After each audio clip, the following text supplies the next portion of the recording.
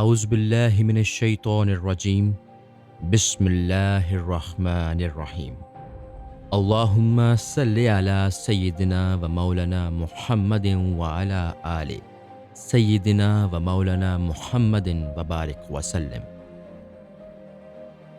باب نمبر 14، حضرت بایزید رحمۃ اللہ علیہ کے حالات و مناقب۔ تعارف۔ آپ بہت بڑے اولیاء اور مشائخ میں سے ہوئے ہیں اور ریاضت و عبادت کا ذریعہ قرب الہی حاصل ہوا۔ احادیث بیان کرنے میں آپ کو درک حاصل تھا۔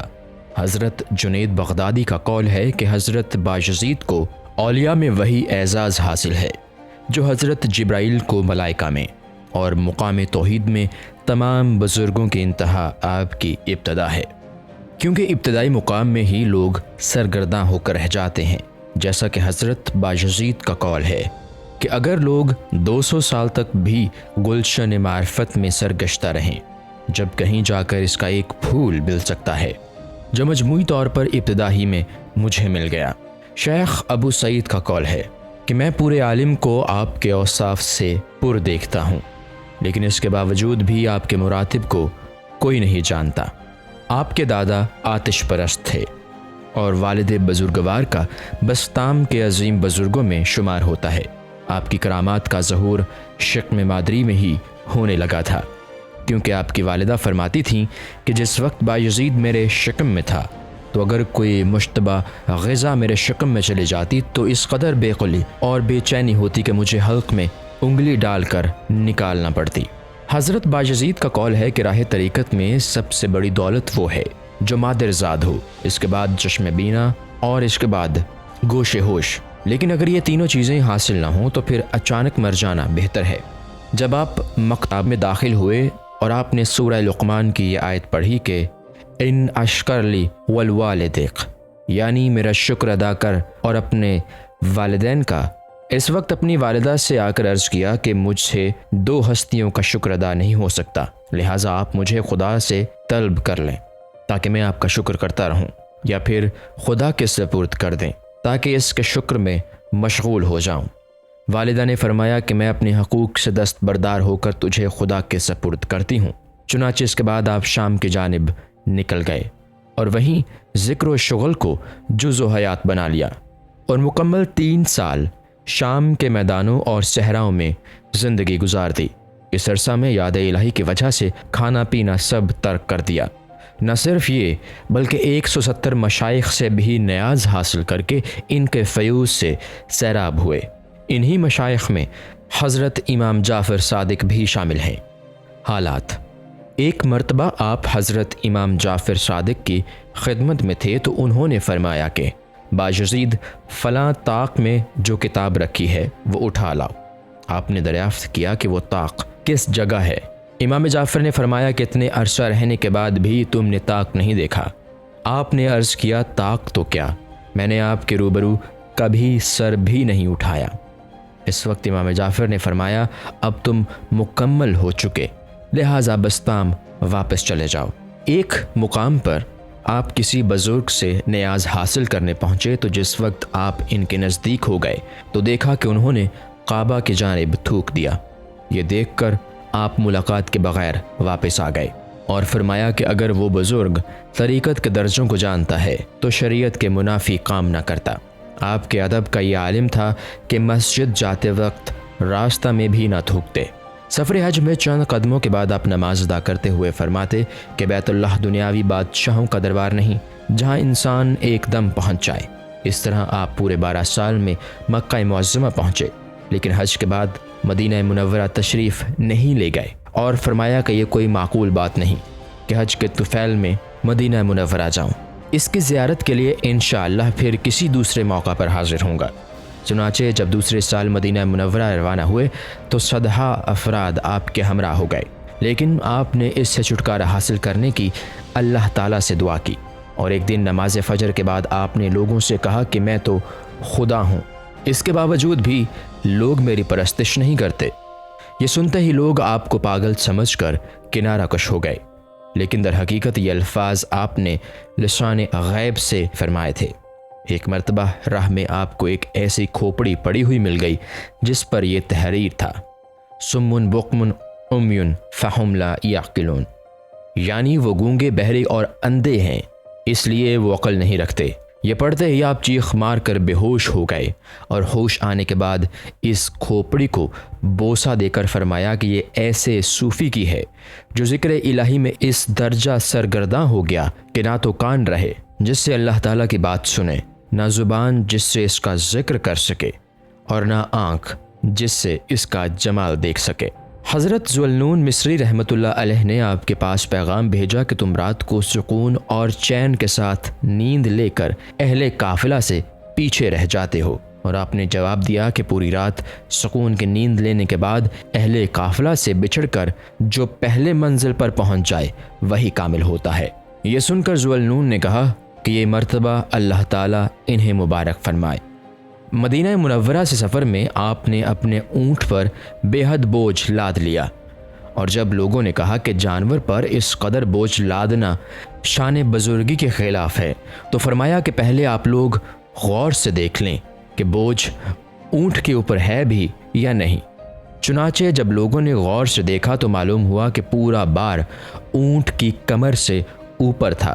یہ دیکھ کر سب حیرت زدہ رہ گئے، تو آپ نے فرمایا کہ میں اپنا حال پوشیدہ رکھتا ہوں تو دوسروں کو خبر نہیں ہوتی، اور یہ ظاہر کر دیتا ہوں تو حیرت زدہ رہ جاتے ہیں۔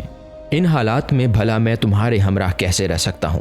اور جب زیارت مدینہ سے فارغ ہوئے اور والدہ کی خدمت کا تصور آیا تو بستام کے لیے روانہ ہو گئے، اور جب اہل شہر کو آپ کی آمد کی اطلاع ملی تو کافی فاصلہ پر آپ کے استقبال کے لیے پہنچ گئے۔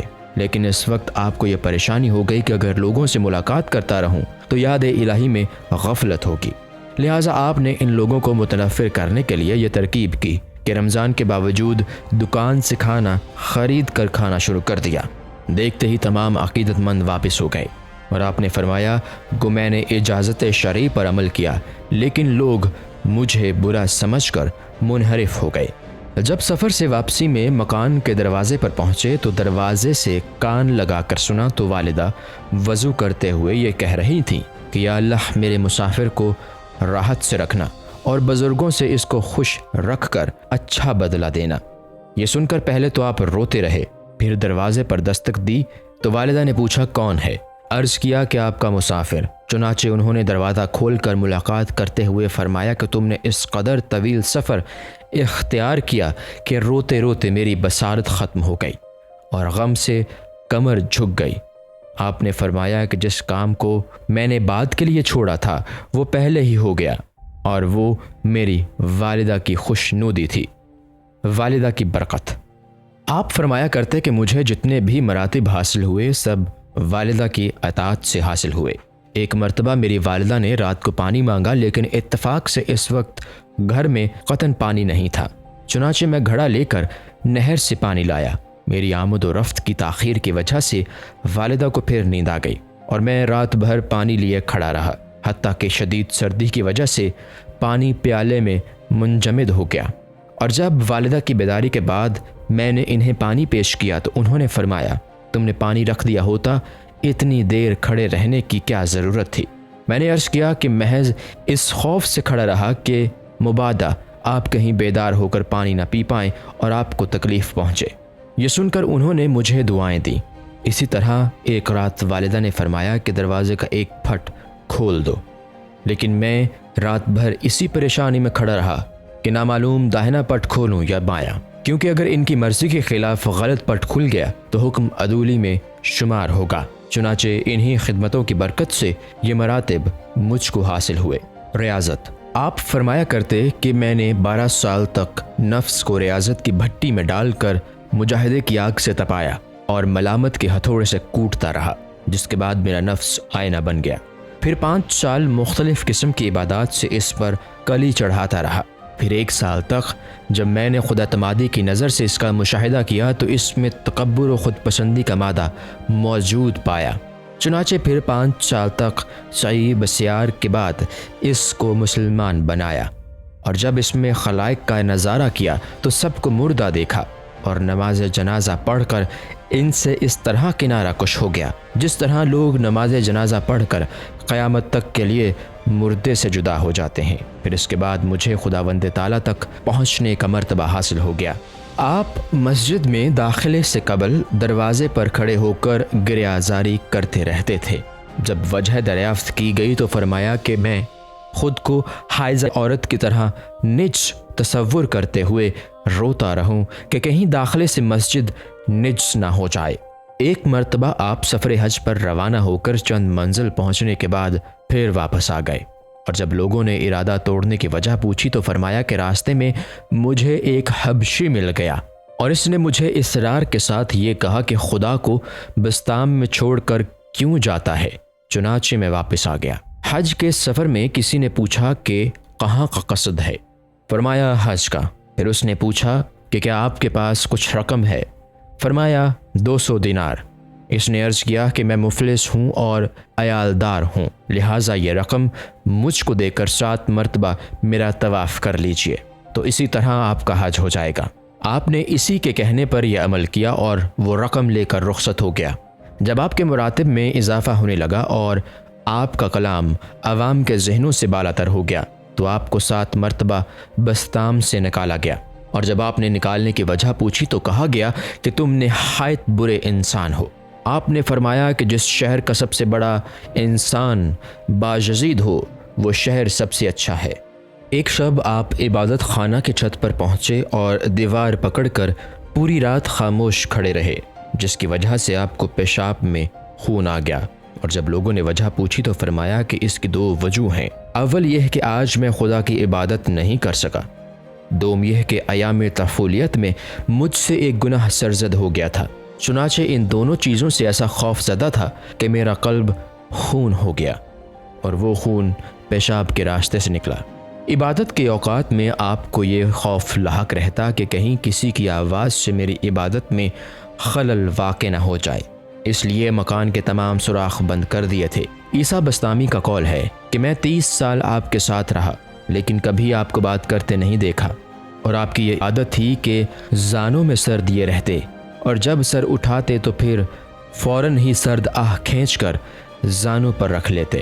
اور حضرت سہلکی فرماتے ہیں کہ عیسیٰ بسطامی نے جیسا بیان کیا وہ قبض کی کیفیت ہوگی۔ ویسے آپ حالت بست میں لوگوں سے باتیں کرتے اور فیض بھی پہنچاتے تھے۔ کیفیت وجد۔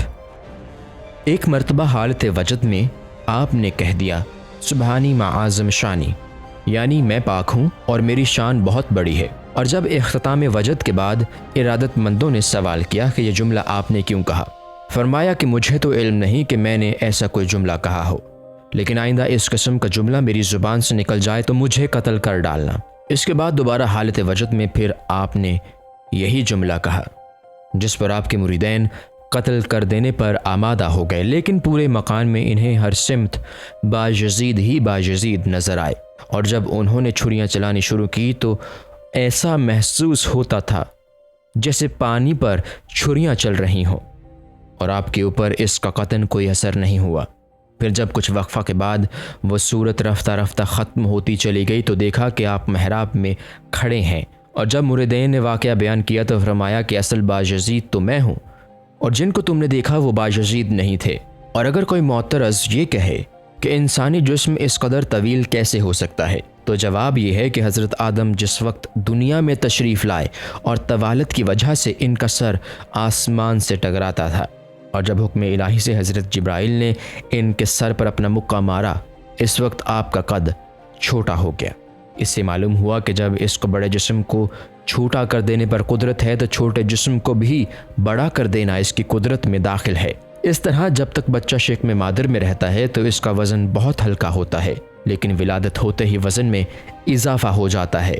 مگر ان چیزوں کو سمجھنے کے لیے مراتب کی واقفیت بہت ضروری ہے۔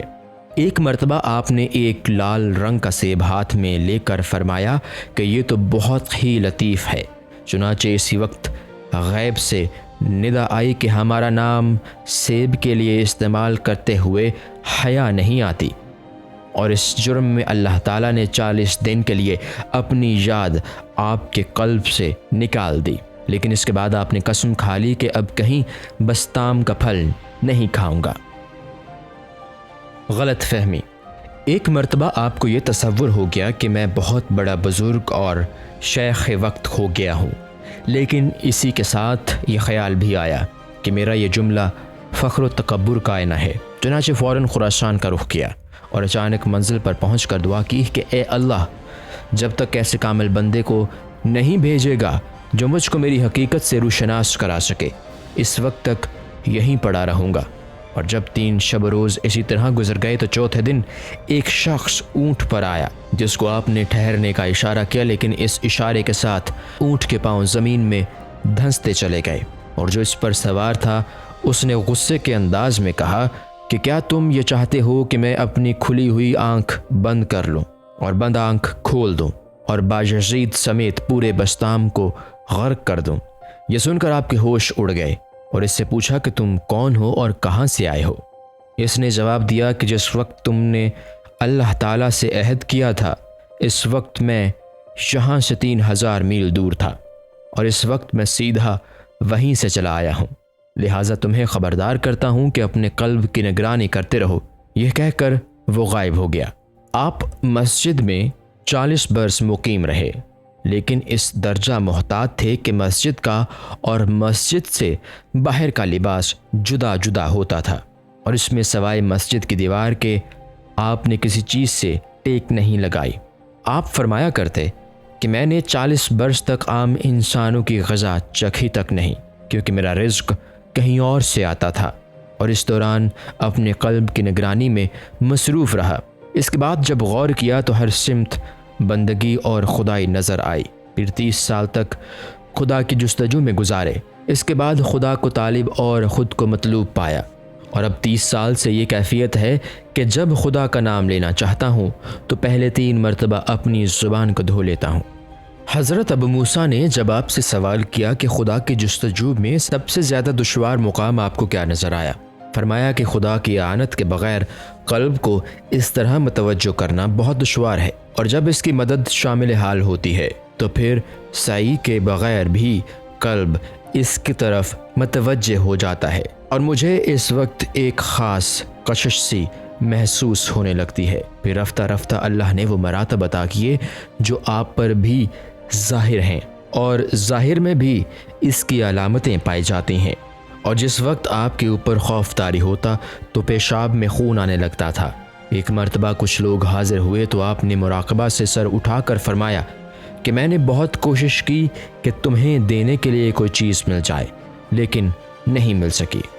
حضرت بوتراب بخشی کا ایک ارادت مند اپنی ریاضت کے اعتبار سے بہت بلند تھا، اور آپ اس سے یہ فرمایا کرتے کہ حضرت باجزید کی صحبت تیرے لیے زیادہ سود مند ہوگی، لیکن وہ عرض کرتا کہ میں تو باجزید کے خدا کو دن میں 100 مرتبہ دیکھتا ہوں، ان سے بھلا مجھے کیا فائدہ حاصل ہو سکتا ہے؟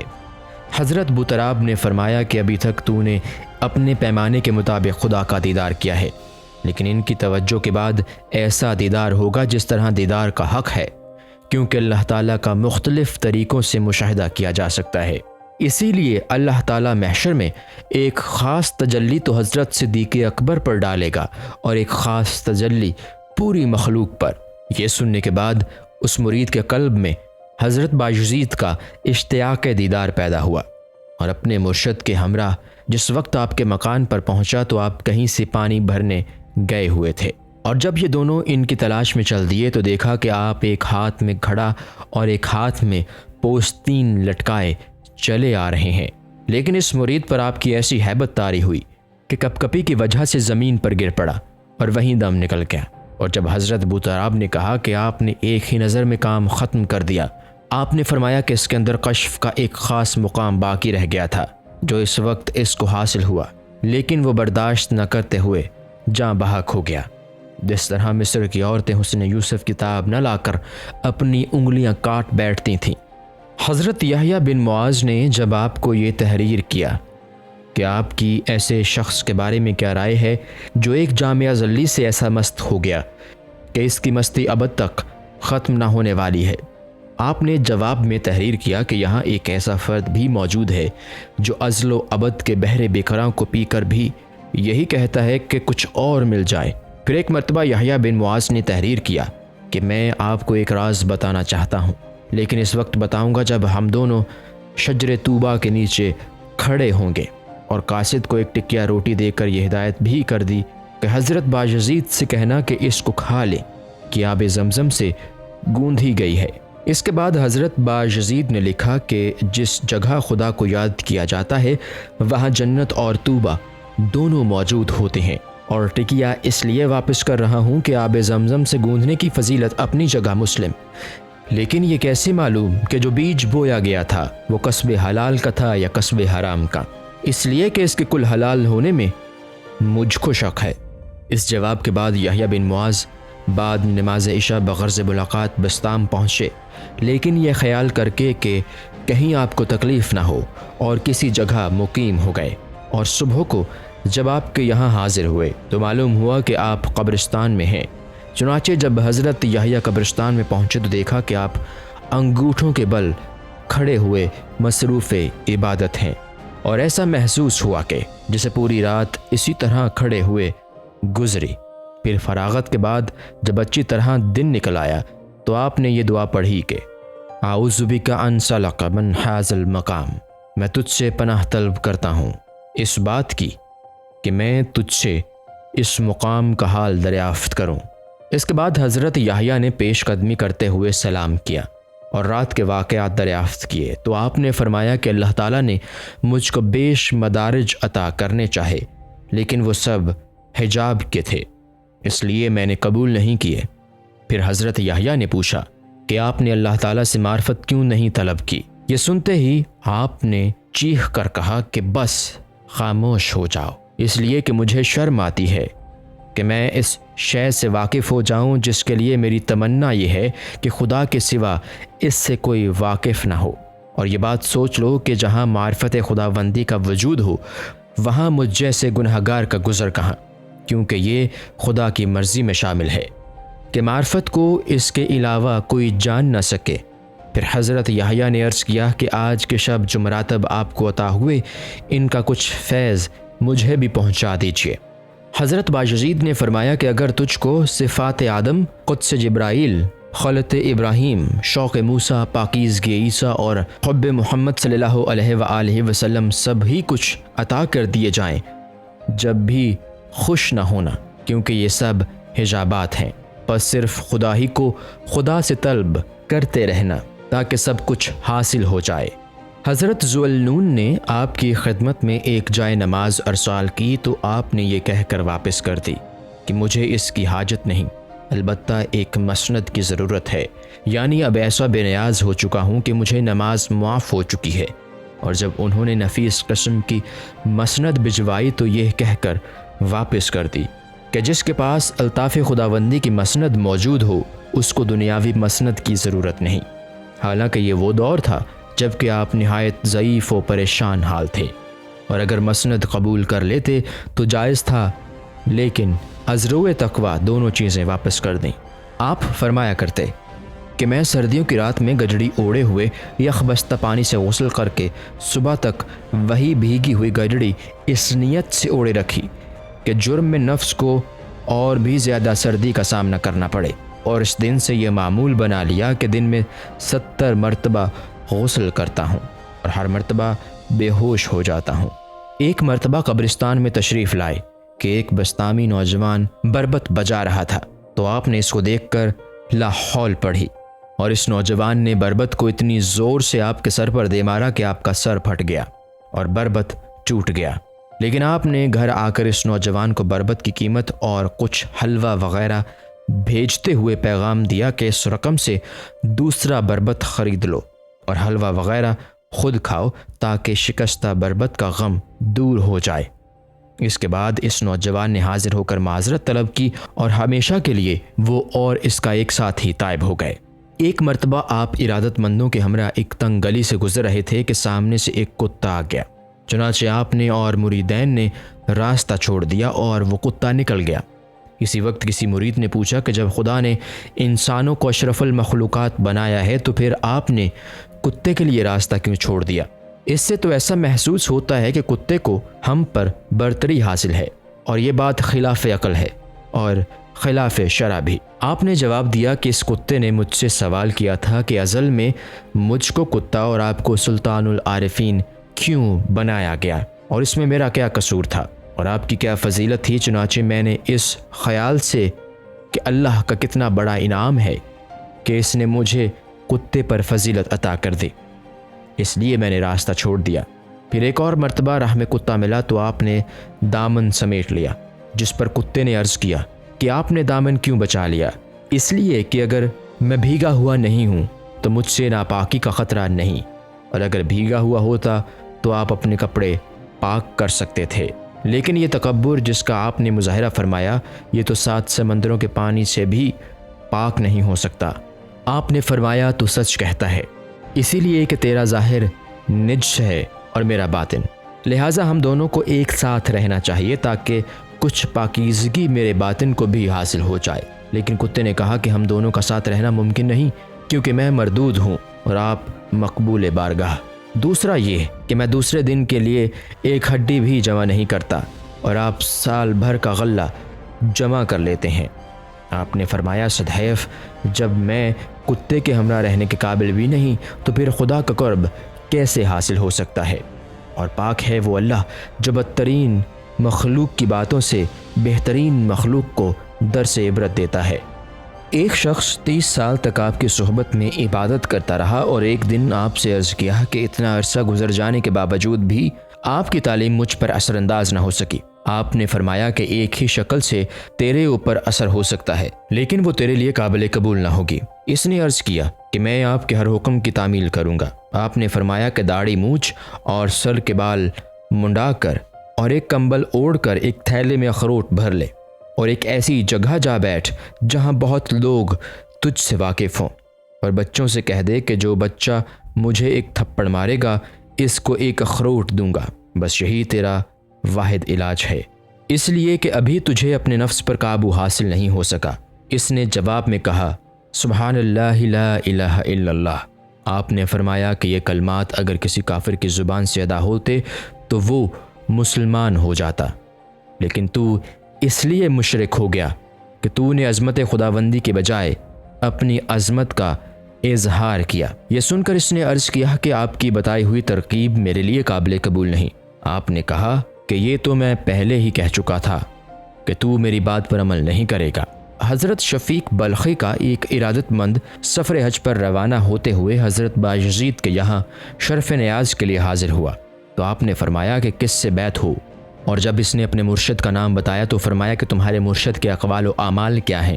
اس نے عرض کیا کہ ان کا عمل تو یہ ہے کہ مخلوق سے بے نیاز ہو کر متوکل علی اللہ ہو گئے ہیں، اور قول یہ ہے کہ اگر بارش نہ ہونے سے غلہ پیدا نہ ہو اور پوری مخلوق میری عیال میں داخل ہو جب بھی میں توکل ترک نہیں کر سکتا۔ یہ سن کر حضرت بایزید نے فرمایا کہ وہ تو بہت کافر و مشرک ہے، اور اگر میں پرندہ بن جاؤں جب بھی اس کے شہر کا رخ نہ کروں، لہٰذا اس کو میرا یہ پیغام پہنچا دو کہ صرف 2 روٹیوں کی خاطر تو خدا کو آزماتا ہے، اور جب بھوک لگے تو کسی سے مانگ کر کھا لینا، توکل کو رسوا نہ کرنا، کیونکہ مجھے یہ خطرہ ہے کہ کہیں تیری وجہ سے تیرا شہر تباہ نہ ہو جائے۔ یہ سن کر ان کا مرید حج کا قصد ترک کر کے حضرت بایزید کا پیغام لے کر حضرت شفیق کی خدمت میں پہنچا، اور جب حضرت شفیق نے اس پیغام پر غور کیا تو محسوس ہوا کہ وہ عیب واقعی ان کے اندر موجود ہے، لیکن انہوں نے اپنے مرید سے پوچھا کہ حضرت بایزید سے یہ کیوں نہیں پوچھا کہ اگر مجھ میں یہ خامی ہے تو پھر آپ کا کیا مرتبہ ہے؟ چنانچہ اس مرید نے دوبارہ آپ کی خدمت میں پہنچ کر یہی سوال دہرایا۔ آپ نے فرمایا یہ اس کی دوسری بے وقوفی ہے، لیکن میں جو کچھ جواب دوں گا وہ تیرے فہم سے بالاتر ہیں، لہٰذا کاغذ پر تحریر کر کے بسم اللہ الرحمن الرحیم بایزید کچھ بھی نہیں اور کاغذ لپیٹ کر اس کو دے دیا۔ اس کا مفہوم یہ ہے کہ جب بایزید کچھ نہیں تو اس کے اوصاف کیا ہو سکتے ہیں، لہٰذا اس کا مرتبہ دریافت کرنا بے سود ہے، اور توکل و اخلاص تو سب مخلوق کی باتیں ہیں، تو ہماری شہرت تو اللہ کے اخلاق سے ہونی چاہیے نہ کہ توکل سے۔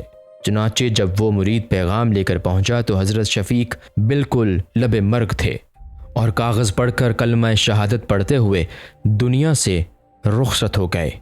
حضرت احمد خضرویہ اپنے 1000 مرشدین کے ہمراہ آپ سے ملاقات کے لیے روانہ ہوئے تو ان کے مریدین میں سے ایک مرید بہت ہی صاحب فضل و کمال تھا، اور اس کی کیفیت تھی کہ ہوا میں اڑتا اور پانی پر چلتا تھا۔ چنانچہ جس وقت یہ جماعت باجزید کے در دولت پر پہنچی تو حضرت احمد نے مریدین کو یہ حکم دیا کہ جس میں حضرت باجزید کے دیدار کی طاقت ہو بس وہی میرے ہمراہ آئے اور باقی سب لوگ ٹھہر جائیں۔ لیکن سبھی نے آپ کے اشتیاق دید کا اظہار کیا، اور جب حضرت باجزید کے گھر پہنچے تو جوتے اتارنے کی جگہ پر آپ نے اسار رکھ دیے، اور جب سب آپ کے سامنے پہنچے تو آپ نے سوال کیا کہ تمہارا وہ مرید کہاں ہے جو سب سے افضل ترین ہے اور وہ باہر کیوں کھڑا رہ گیا؟ اس کو بھی اندر بلا لو۔ چنانچہ جب اس کو بھی اندر بلا لیا گیا تو آپ نے حضرت احمد سے پوچھا کہ آپ کب تک دنیا کی سیر و سیاحت میں مشغول رہیں گے؟ انہوں نے جواب دیا کہ پانی کی ایک جگہ ٹھہر جانے سے بدبو پیدا ہو کر رنگ تبدیل ہو جاتا ہے۔ آپ نے پوچھا کہ پھر دریا کیوں نہیں بن جاتے جس میں نہ کبھی بدبو پیدا ہو اور نہ کبھی رنگ تبدیل ہو؟ اس کے بعد پھر معرفت کے متعلق کچھ دوسری گفتگو ہوتی رہی، جس پر حضرت احمد نے عرض کیا کہ آپ کی باتیں میرے فہم سے بالاتر ہیں، انہیں ذرا وضاحت سے بیان فرمائیں تاکہ میں سمجھ سکوں۔ چنانچہ آپ نے اس انداز سے گفتگو فرمائی کہ ان کی سمجھ میں اچھی طرح آ گئیں، اور جب آپ خاموش ہو گئے تو حضرت احمد نے سوال کیا کہ میں نے آپ کے مکان کے سامنے ابلیس کو پھانسی پر لٹکتے دیکھا ہے، وہ کیا چیز ہے؟ حضرت باجزید نے فرمایا، سزا میں نے بستام میں آ گیا اور اسی کی بساط میں داخل نہ ہوگا۔ وہ وعدہ خلافی کرتے ہوئے ایک شخص کو فریب دینے بستام میں آ گیا اور اسی کی سمیت میں نے اسے پھانسی پر لٹکا دیا۔ کسی نے سوال کیا کہ آپ کے پاس عورتوں کا اجتماع کیوں رہتا ہے اور اس میں کیا راز ہے؟ فرمایا کہ یہ ملائکہ ہیں جن کو میں علمی مسائل سمجھاتا ہوں۔ پھر فرمایا کہ ایک شب اول فلک کے ملائکہ میرے پاس آئے اور کہنے لگے کہ ہم آپ کے ہمراہ عبادت کرنا چاہتے ہیں۔ میں نے کہا میری زبان میں وہ طاقت نہیں جس سے میں ذکر الہی کر سکوں، لیکن اس کے باوجود رفتہ رفتہ 7 افلاک کے ملائکہ میرے پاس جمع ہو گئے اور سب نے وہی خواہش ظاہر کی جو فلک کے اول کے فرشتوں نے کی تھی، اور میں نے سب کو پہلے جیسا جواب دیا۔ اور جب انہوں نے پوچھا کہ ذکر الہی کی طاقت آپ میں کب تک پیدا ہوگی تو میں نے کہا کہ قیامت کو جب سزا و جزا ختم ہو جائیں گے اور میں طواف عرش کرتا ہوا اللہ اللہ کہہ رہا ہوں گا۔ آپ فرمایا کرتے تھے کہ ایک شب اچانک میرا مکان منور ہو گیا اور میں نے آواز دے کر کہا کہ اگر ابلیس کی حرکت ہے تو میں اپنی بزرگی اور بلند ہمتی کی وجہ سے اس کے فریب میں نہیں آ سکتا، اور اگر مقربین کی جانب سے یہ نور ہے تو مجھے خدمت کا موقع عطا کیجیے تاکہ میں بھی مراتب کرامت حاصل کر سکوں۔ ایک شب آپ کو عبادت میں لذت محسوس نہیں ہوئی تو خادم سے فرمایا کہ دیکھو گھر میں کیا چیز موجود ہے۔ چنانچہ انگور کا ایک خوشہ نکلا تو آپ نے فرمایا کہ یہ کسی کو دے دو۔ اس کے بعد آپ کے اوپر انوار کی بارش ہونے لگی اور ذکر و شغل میں لذت محسوس ہونے لگی۔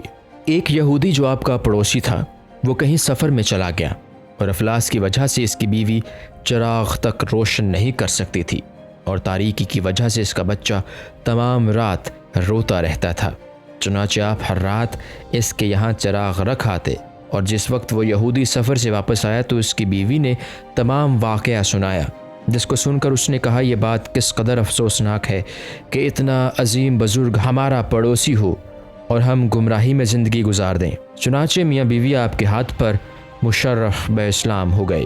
ایک مرتبہ کسی آتش پرست سے مسلمان ہونے کی تبلیغ کی گئی تو اس نے جواب دیا کہ اگر اسلام اس کا نام ہے جو حضرت باجزید کو حاصل ہے تو اس کی مجھ میں طاقت نہیں، اور جس طرح کہ تم سب لوگ مسلمان ہو تو مجھے اعتماد نہیں۔ ایک مرتبہ آپ اپنے ارادت مندوں کے ہمراہ تشریف فرما تھے تو اچانک ایک مرید سے فرمایا کہ خدا کا دوست آ رہا ہے، چل کر اس کا استقبال کرنا چاہیے۔ اور جب سب لوگ باہر نکلے تو دیکھا کہ حضرت ابراہیم ہروی ہیں جو خچر پر سوار چلے آ رہے تھے، اور حضرت باجزید نے ان سے کہا کہ مجھے آپ کے استقبال کا من جانب اللہ حکم ملا ہے، اور یہ بھی حکم ہے کہ اس بارگاہ میں میں آپ کو اپنا شفیع بنا لوں۔ یہ سن کر انہوں نے جواب دیا کہ اگر پہلی شفاعت تمہیں اور آخری شفاعت مجھے عطا کی جائے، جب بھی حضور اکرم صلی اللہ علیہ وسلم کی شفاعت کے مقابلہ میں اس کا مرتبہ ایک مشت خاک بھی نہیں ہے۔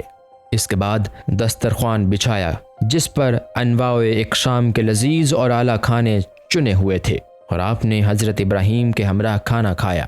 لیکن حضرت ابراہیم کے قلب میں خیال گزرا کہ حضرت باجزید جیسے شیخ دوراں کو ایسے کھانوں سے احتراز کرنا چاہیے، اور حضرت باجزید کو آپ کی نیت کا اندازہ ہو گیا، تو آپ نے کھانے کے بعد ان کو اپنے ہمراہ ایک کونا میں لے جا کر دیوار پر ہاتھ مارا تو ایک ایسا دروازہ نمودار ہوا جس کے سامنے بہت بڑا دریا ٹھاٹھیں مار رہا تھا، اور حضرت باجزید نے ان سے کہا کہ چلیے ہم دونوں اس میں غسل کریں، لیکن انہوں نے کہا کہ خدا نے یہ مرتبہ مجھے عطا نہیں فرمایا۔ یہ جواب سن کر آپ نے ان سے کہا کہ جس جو کی روٹی تمہاری غذا ہے وہ تو جو ہیں جن کو جانور کھاتے ہیں اور لید کرتے ہیں، لیکن تم اس کے باوجود بھی یہ تصور کرتے ہو کہ عمدہ و لذیذ کھانا کھانے والا کبھی اہل تقویٰ نہیں ہو سکتا۔ یہ سن کر حضرت ابراہیم ہیروی بہت ناتم ہوئے اور معافی طلب کی۔ ایک مرتبہ لوگوں نے قحط سے عاجز آ کر آپ سے دعا کی درخواست کی تو آپ نے مراقبہ میں سے سر اٹھا کر فرمایا کہ جا کر پرنالوں کو درست کر لو، بارش آنے والی ہے۔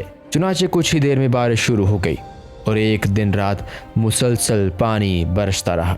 ایک دن آپ نے اپنے پاؤں پھیلائے تو ایک مرید نے بھی پھیلا لیے، اور جب آپ نے سمیٹے تو اس نے بھی سمیٹنے کی کوشش کی، مگر اس کے پاؤں شل ہو کر رہ گئے، اور موت کے وقت تک یہی حالت رہی، کیونکہ اس نے مرشد کے پاؤں پھیلانے کو ایک معمولی بات سمجھا تھا۔ ایک شخص جو آپ کی عظمت و کرامت سے منکر تھا، اس نے عرض کیا کہ مجھے رموز خداوندی سے آگاہ فرمائیں۔ آپ نے اس کی بدباطنی کو محسوس کرتے ہوئے فرمایا کہ فلاں پہاڑ پر میرا ایک دوست مقیم ہے، اس سے جا کر اپنی خواہش کا اظہار کرو۔ چنانچہ یہ شخص جب وہاں پہنچا تو دیکھا کہ ایک بہت بڑا محیب قسم کا اژدہا وہاں بیٹھا ہوا ہے، اور یہ اس کو دیکھتے ہی مارے خوف کے بے ہوش ہو گیا، اور جب ہوش میں آئے تو حضرت باجزید کی خدمت میں حاضر ہوا اور پورا واقعہ بیان کیا۔ جب آپ نے فرمایا کہ عجیب بات ہے، تم مخلوق سے اس قدر خائف ہو گئے اور خالق کی ہیبت نے تمہارے قلب میں قطعاً اثر نہیں کیا، اس بنیاد پر مجھ سے رموز خداوندی معلوم کرنے آئے تھے۔ اس طرح ایک انگریز بھی آپ کی کرامتوں کو دیکھ کر کہا کرتا تھا کہ ایسی کرامتیں تو میں بھی پیش کر سکتا ہوں، فرق صرف اتنا ہے کہ ان کی باتیں میری سمجھ میں نہیں آتی۔ اور جب ایک مرتبہ وہ آپ کی خدمت میں حاضر ہوا تو چونکہ آپ اس کی بیہودہ باتوں سے واقف تھے، اس لیے ایک آہ کھینچی کہ وہ غش کھا کر گر پڑا، اور 3 شب روز اسی حالت میں گزر گئے، حتیٰ کہ حوائج ضروریہ بھی کپڑوں میں ہی پوری کرتا رہا، اور اس کو متعلق خبر نہیں ہوئی۔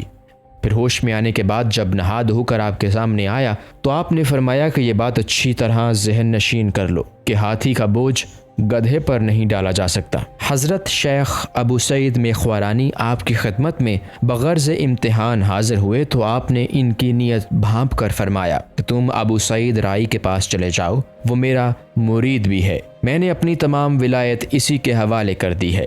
چنانچہ جب وہ وہاں پہنچے تو دیکھا کہ وہ مشغول عبادت ہے، لہٰذا یہ انتظار میں کھڑے رہے، اور فراغت عبادت کے بعد جب انہوں نے پوچھا کہ کیا چاہتے ہو تو آپ نے عرض کیا کہ تازہ انگور۔ چنانچہ ابو سعید رائی نے ایک چھڑی کے 2 ٹکڑے کر کے ایک اپنے اور ان کے قریب زمین میں دفن کر دیے، اور تھوڑے ہی وقفہ میں دونوں مقامات سے انگور کے سرسبز درخت نمودار ہونے شروع ہو گئے، اور دیکھتے ہی دیکھتے ان میں انگور بھی لگ گئے۔ فرق صرف یہ رہا کہ ابو سعید میخوارانی کے قریب درخت میں سیاہ اور ابو سعید رائی کے قریب درخت میں نہایت سفید قسم کے انگور تھے، اور جب ابو سعید میخوارانی نے وجہ دریافت کی تو فرمایا کہ مجھے تو صدق و یقین کا درجہ حاصل ہوا اور تمہیں امتحان منظور تھا، اس لیے اللہ نے دونوں درختوں سے دونوں کی قلبی کیفیت ظاہر فرما دی۔ اس کے بعد آپ نے کمبل دے کر یہ ہدایت کر دی کہ اس کو بحفاظت رکھنا اور کہیں گم نہ کر دینا۔ چنانچہ وہ کمبل لے کر حج کرنے چلے گئے، لیکن کمبل انتہائی احتیاط کے باوجود بھی عرفات میں گم ہو گیا، اور جب بستام واپس آئے تو دیکھا وہی کمبل ابو سعید رائی کے پاس موجود ہے۔ لوگوں نے جب آپ سے سوال کیا کہ آپ کا مرشد کون ہے، فرمایا کہ ایک بوڑھی عورت، اس لیے کہ میں ایک مرتبہ جنگل میں تھا کہ ایک بڑھیا سر پر آٹا رکھے ہوئے ملی اور مجھ سے کہنے لگی کہ یہ آٹا میرے مکان تک پہنچا دو۔ اسی دوران مجھے ایک شیر نظر آ گیا اور میں نے آٹا اس کی کمر پر رکھ کر بڑھیا سے کہا جاؤ یہ تمہارے گھر پہنچا دے گا، لیکن تم یہ بتاتی جاؤ کہ شہر میں جا کر لوگوں سے کیا کہو گی۔ بڑھیا نے کہا کہ میں یہ کہوں گی کہ آج جنگل میں میری ملاقات ایک خود نما ظالم سے ہو گئی۔ آپ نے پوچھا کہ مجھے خود نما ظالم کا خطاب کیوں دیا؟ بڑھیا نے کہا کہ شریعت نے شیر کو مکلف نہیں بنایا اور تم ایک غیر مکلف کی پشت پر اپنا بوجھ لاد رہے ہو، اور یہ ظلم نہیں تو پھر کیا ہے؟ اور دوسرا عیب تمہارے اندر یہ ہے کہ تم خود لوگوں پر صاحب کرامت ظاہر کرنا چاہتے ہو، اور اسی کا نام خود نمائی ہے۔ چنانچہ میں نے بڑھیا کی بات سے ایسی نصیحت و عبرت حاصل کی کہ ہمیشہ کے لیے ایسی چیزوں کے اظہار سے توبہ کر لی۔ بس اس وجہ سے اس بڑھیا کو اپنا مرشد تسلیم کرتا ہوں، اور اب میری حالت یہ ہے کہ ہر کرامت پر میں اللہ تعالیٰ کی تصدیق کا طالب ہوں، اور اس تصدیق کے لیے اس دن سے ایک نور ظاہر ہوتا ہے جس پر سبز حروف میں یہ کلمات تحریر ہوتے ہیں: لا الہ الا اللہ محمد رسول اللہ، نوح نجی اللہ، ابراہیم خلیل اللہ، موسیٰ کلیم اللہ، عیسیٰ روح اللہ علیہ الصلاۃ والسلام، جس سے اندازہ ہو جاتا ہے کہ 5 شہادتیں میری کرامت کی شاہد ہیں۔ حضرت احمد خضرویہ فرماتے ہیں کہ ایک مرتبہ خواب میں جمال خداوندی سے میں مشرف ہوا تو اللہ تعالیٰ نے فرمایا کہ تم سب تو ہم سے اپنی ضروریات کی چیزیں طلب کرتے ہو، لیکن باجزید ہم سے ہمیں مانگتا ہے۔ ایک مرتبہ شفیق بلخی اور ابو تراب بخشی حضرت باجزید سے ملاقات کرنے پہنچے تو آپ نے دسترخوان پر کھانا رکھوا لیا اور سب لوگ شریک طعام ہو گئے، لیکن ابو تراب نے فرمایا کہ میں روزے سے ہوں۔ یہ سن کر ان کے ایک مرید نے کہا کہ اگر دعوت کے لیے نفل روزہ توڑ دیا جائے تو روزہ دار کو روزہ اور دعوت دونوں کا اجر حاصل ہوتا ہے، لیکن اس کہنے کے بعد بھی انہوں نے انکار کر دیا۔ پھر حضرت باجزید نے فرمایا تم لوگوں کو شاید معلوم نہیں کہ یہ شخص بارگاہ خداوندی سے بہت دور ہے۔ چنانچہ چند ایام کے بعد ابو تراب کے چوری کے جرم میں گرفتار کر کے ہاتھ کاٹ دیے گئے۔ جامع مسجد کے ایک کونے میں حضرت باجزید نے اپنا عصا کھڑا کر دیا، لیکن وہ اتفاق سے گر پڑا اور بوڑھے نے اٹھا کر پھر اسی کونے میں کھڑا کر دیا، اور جب آپ کو اس کا علم ہوا تو اس بوڑھے کے مکان پر پہنچ کر عصا اٹھا کر رکھنے کی تکلیف پر معافی چاہی۔ کسی نے آپ سے حیا کے متعلق دریافت کیا تو آپ نے ایسے مؤثر انداز میں حیا کی تعریف بیان کی کہ وہ شخص پانی بن کر بہنا شروع ہو گیا، یعنی آنسو جاری ہو گئے۔ آپ فرمایا کرتے تھے کہ ایک مرتبہ میں دجلہ پر پہنچا تو پانی جوش مارتا ہوا میرے استقبال کو بڑھا، لیکن میں نے کہا کہ مجھے تیرے استقبال سے شمع برابر بھی غرور نہیں ہوگا، اور میں اپنی 30 سالہ ریاضت کو تکبر کر کے ہرگز ضائع نہیں کر سکتا، کیونکہ میں تو کریم کا طالب ہوں نہ کہ کرامت کا۔ پھر فرمایا کہ میں نے ایک مرتبہ یہ خیال کیا کہ اللہ تعالیٰ مجھے بیویوں کے خرچ کی پریشانیوں سے بچائے رکھے، لیکن پھر یہ خیال آیا کہ یہ تو سنت نبوی کے خلاف ہے۔ یہ سوچ کر میں نے دعا نہیں کی اور اس ذمہ داری کو اپنے ہی لیے قائم رہنے دیا، اور اللہ تعالیٰ نے اتنی سہولت عطا کر دی کہ میرے نزدیک دیوار اور عورت میں کوئی فرق نہیں رہا۔ کسی امام کے پیچھے آپ نے نماز پڑھ دی، اور فراغت نماز کے بعد جب امام نے پوچھا کہ آپ کا ذریعہ معاش کیا ہے تو آپ نے فرمایا کہ پہلے میں اپنی نماز کی قضا کر لوں پھر تجھے جواب دوں گا۔ اور جب اس نے کہا کہ نماز قضا کیوں کر رہے ہو تو فرمایا کہ جو رزق پہنچانے والے ہی سے واقف نہ ہو اس کے پیچھے نماز درست نہیں۔ آپ فرمایا کرتے تھے کہ مجھ سے ملاقات کرنے والوں میں بعض کو رحمت حاصل ہوتی ہے اور بعض کو لعنت، کیونکہ جو لوگ میری مدہوشی کے عالم میں ملاقات کرتے ہیں وہ تو میری حالت سے متاثر ہو کر غیبت کے مرتکب ہو جاتے ہیں، اور جو لوگ اس وقت آتے ہیں جب مجھ پر حق کا غلبہ ہوتا ہے تو ان کو رحمت حاصل ہوتی ہے۔ پھر فرمایا کہ کاش قیامت جلدی آ جائے تاکہ میں جہنم کے قریب مقیم ہو جاؤں اور میرے قیام کی وجہ سے جہنم سرد پڑ جائے، تاکہ اہل جہنم کو میری ذات سے آرام و سکون حاصل ہو سکے۔ بعض لوگوں نے آپ سے بیان کیا کہ حضرت قاتم یہ کہتے ہیں کہ جو قیامت میں اہل جہنم کی شفاعت نہ کرے وہ میرا مرید نہیں۔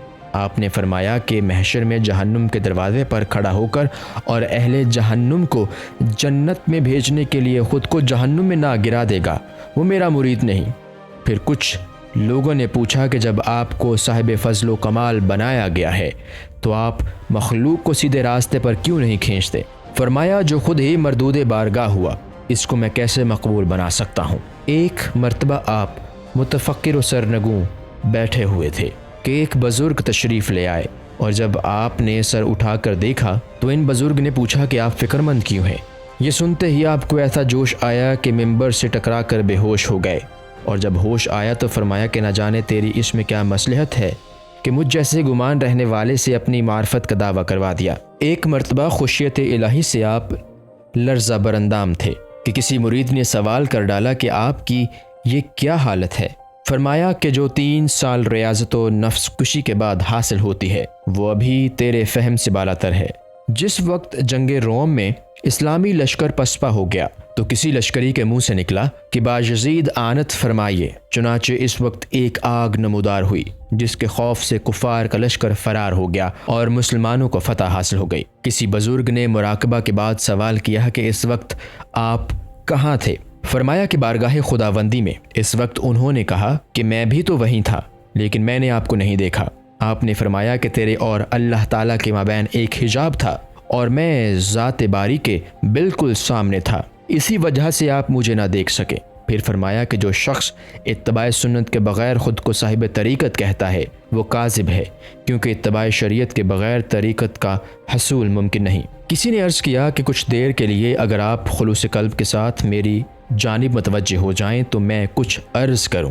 فرمایا کہ میں 30 سال سے اللہ تعالیٰ سے خلوص قلب کا طالب ہوں لیکن آج تک حاصل نہ ہو سکا، لہٰذا جب میرا قلب ہی اخلاص و صفا سے خالی ہے تو پھر میں تمہاری طرف کیسے متوجہ ہو سکتا ہوں؟ پھر فرمایا کہ لوگ یہ تصور نہ کریں کہ راہ حق مہر منور کی طرح روشن ہے، اس لیے کہ یہ ایک ایسا راستہ ہے کہ میں برسوں سے سوئی کے ناکے کے برابر سوراخ تلاش کر رہا ہوں مگر نہیں ملتا۔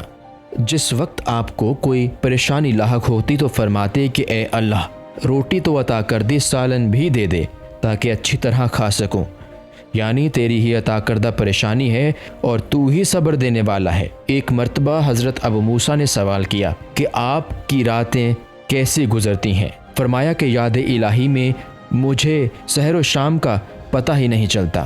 آپ فرمایا کرتے تھے کہ مجھ سے بذریعہ الہام اللہ تعالیٰ نے فرمایا کہ عبادت و خدمت تو بہت ہے لیکن اگر تو ہماری ملاقات کا متمنی ہے تو بارگاہ میں وہ شے شفاعت کے لیے بھیج جو ہمارے خزانے میں نہ ہو۔ آپ نے سوال کیا کہ وہ کون سی شے ہے؟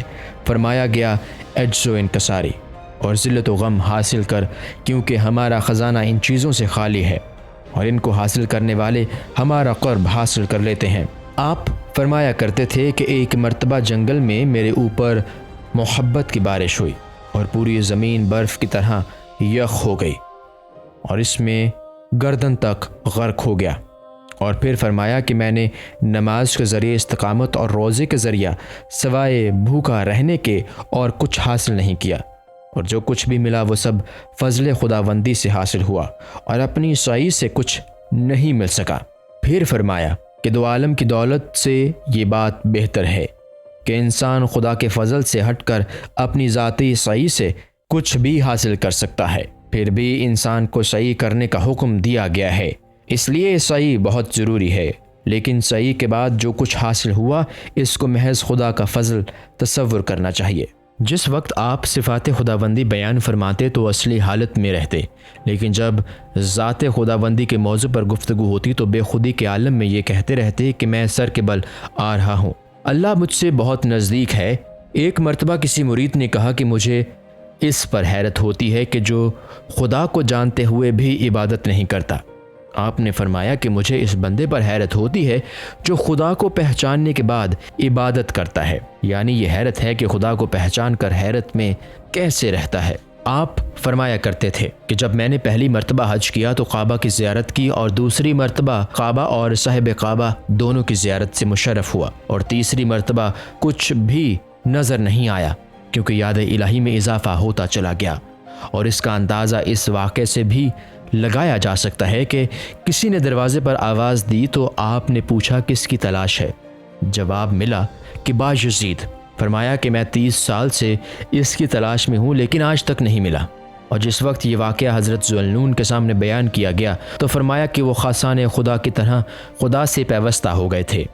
جب لوگوں نے آپ کے مجاہدات سے متعلق سوال کیا تو فرمایا کہ اگر میں اعلیٰ مجاہدات کا ذکر کروں تو تمہارے فہم سے بالاتر ہے، لیکن معمولی مجاہدہ یہ ہے کہ ایک دن میں نے اپنے نفس کو عبادت کے لیے آمادہ کرنا چاہا تو وہ منحرف ہو گیا، لیکن میں نے بھی اس سزا میں پورے 1 سال تک اس کو پانی سے محروم رکھا اور کہا یا تو عبادت کے لیے تیار ہو جاؤ ورنہ تجھے اسی طرح پیاس سے تڑپاتا رہوں گا۔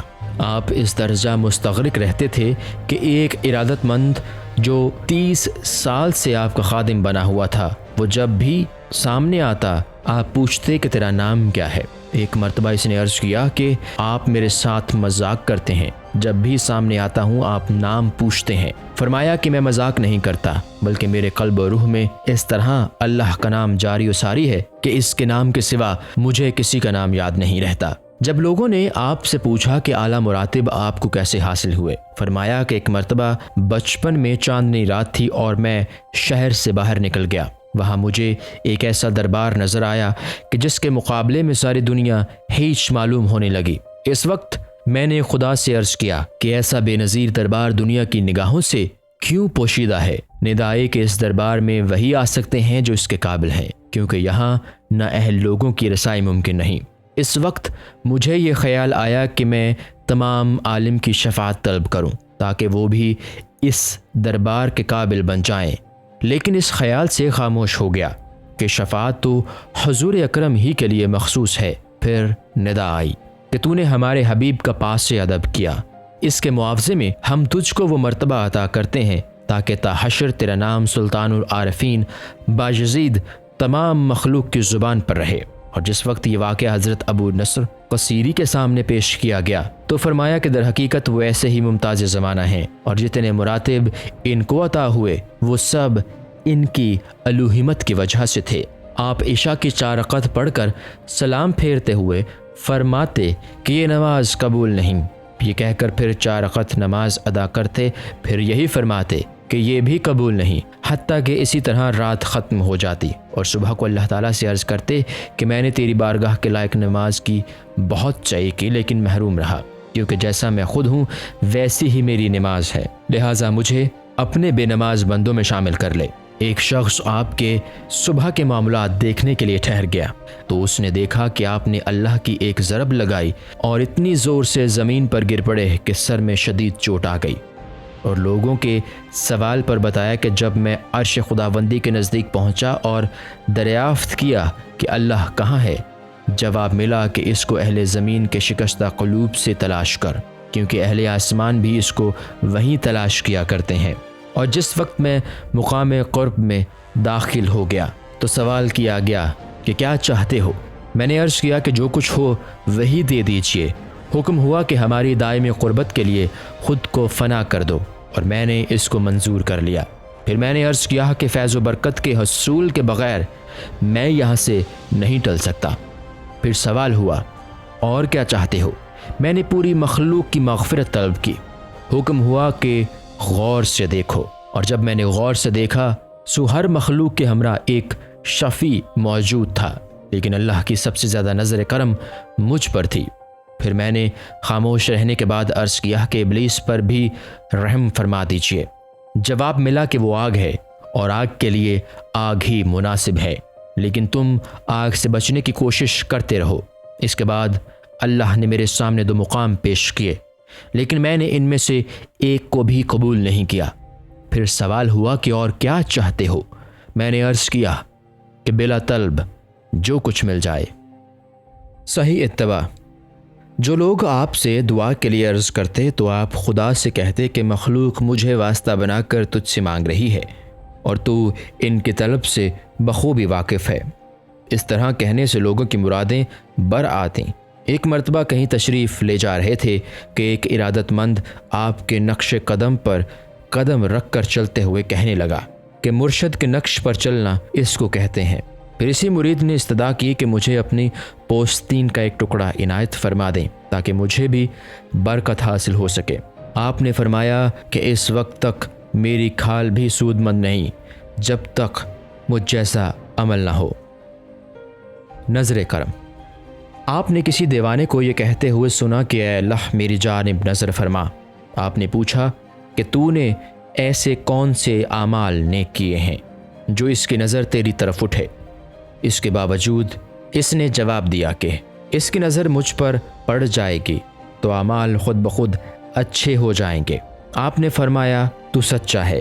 ایک مرتبہ معرفت و حقیقت کے موضوع پر آپ کچھ فرما رہے تھے تو اپنے ہونٹ چاٹتے جاتے اور کہتے جاتے ہیں کہ مجھ سے زائد خوش نصیب کوئی نہیں کہ میں خود ہی میں بھی ہوں اور میں خوار بھی۔ ارشادات۔ آپ فرمایا کرتے تھے کہ 70 زنار کھولنے کے باوجود بھی ایک زنار میری کمر میں باقی رہ گیا، اور جب کسی طرح نہ کھل سکا تو میں نے خدا سے عرض کیا کہ اس کو کس طرح کھولا جائے۔ ندائی کہ یہ تمہارے بس کی بات نہیں جب تک ہم نہ چاہیں۔ آپ نے فرمایا کہ میری انتھک کوششوں کے باوجود بھی در حق نہ کھل سکا، اور جب کھلا تو مصائب کے ذریعہ کھلا، اور ہر طرح سے میں نے اس کی راہ پر چلنے کی سعی کی لیکن سب بے سود ثابت ہوئیں، اور جب قلبی لگاؤ کے ذریعہ چلا تو منزل تک پہنچ گیا۔ فرمایا کہ میں نے مکمل 30 سال اللہ تعالیٰ سے اپنی ضروریات کے مطابق طلب کیا، لیکن اس کی راہ میں گامزن ہوتے ہی سب کچھ بھول گیا۔ یہ تمنا کرنے لگا کہ یا اللہ تو میرا ہو جا اور جو تیری مرضی ہو ویسا کر۔ فرمایا کہ جب میں نے اللہ تعالیٰ سے سوال کیا کہ تجھ تک رسائی کی کیا صورت ہے، فرمایا گیا اپنے نفس کو 3 طلاقیں دے دے۔ فرمایا کہ اگر محشر میں مجھے دیدار خداوندی سے محروم کر دیا گیا تو اس قدر گریہ کروں گا کہ اہل جہنم بھی اپنی تکلیف کو بھول جائیں گے۔ فرمایا کہ اگر پوری دنیا کی سلطنت بھی مجھ کو دے دی جائے جب بھی میں اپنی اس آہ کو افضل تصور کروں گا جو میں نے گزشتہ شب کی ہے۔ فرمایا کہ گزشتہ بزرگ معمولی سی چیزوں پر ہی خدا سے راضی ہو گئے، لیکن میں نے راضی ہونے کے بجائے خود اس پر قربان کر دیا ہے، اور مجھے وہ اوصاف حاصل ہو گئے کہ اگر ان میں سے ایک دانہ کے برابر بھی سامنے آ جائے تو نظام عالم برہم ہو جائے۔ فرمایا کہ خدا نے اپنی خوشی سے اپنے دیدار سے مشرف فرمایا، اس لیے میں بندہ ہونے کی حیثیت سے کس طرح اس کے دیدار کی تمنا کر سکتا ہوں۔ فرمایا کہ 40 سال میں نے مخلوق کو نصیحت کرنے میں گزارے لیکن سب بے سود ثابت ہوا، اور جب رضائے خداوندی ہوئی تو میری نصیحت کے بغیر ہی لوگ سیدھے راستے پر آ گئے۔ فرمایا کہ بہت سے حجابات سے گزر کر جب میں نے غور کیا تو خود کو مقام حزب البحر میں پایا، یعنی ذات باری میں گم ہو گیا جہاں تک کسی دوسرے کی رسائی ممکن نہیں۔ فرمایا کہ 30 سال تک تو اللہ تعالیٰ میرا آئینہ بنا رہا، لیکن اب میں خود آئینہ بن گیا ہوں، اس لیے کہ میں نے اس کی یاد میں خود کو بھی اس طرح فراموش کر دیا ہے۔ اب اللہ تعالیٰ میری زبان بن چکا ہے، یعنی میری زبان سے نکلنے والے کلمات گویا زبان خداوندی سے ادا ہوتے ہیں اور میرا وجود درمیان سے ختم ہو جاتا ہے۔ فرمایا کہ مجھے خدا کی بارگاہ سے حیرت و ہیبت کے علاوہ کچھ نہ مل سکا۔ فرمایا کہ ایک رات صبح تک اپنے قلب کی جستجو کرتا رہا لیکن نہیں ملا، اور صبح کو یہ ندائے غیبی آئی کہ تجھے دل سے کیا غرض، تو ہمارے سوا کسی کو تلاش نہ کر۔ فرمایا کہ اللہ نے مجھے وہ مقام عطا کیا کہ کل کائنات کو اپنی انگلیوں کے درمیان دیکھتا ہوں۔ فرمایا کہ عارف کا ادنا مقام یہ ہے کہ صفات خداوندی کا مظہر ہو۔ فرمایا کہ اگر اللہ تعالیٰ مجھ کو جہنم میں جھونک دے اور میں صبر بھی کر لوں جب بھی اس کی محبت کا حق ادا نہیں ہوتا، اور اللہ تعالیٰ مجھ کو پوری کائنات بخش دے اور جب بھی اس کی رحمت کے مقابلہ میں قلیل ہے۔ فرمایا کہ عارف کامل وہی ہے جو آتش محبت میں جلتا ہے۔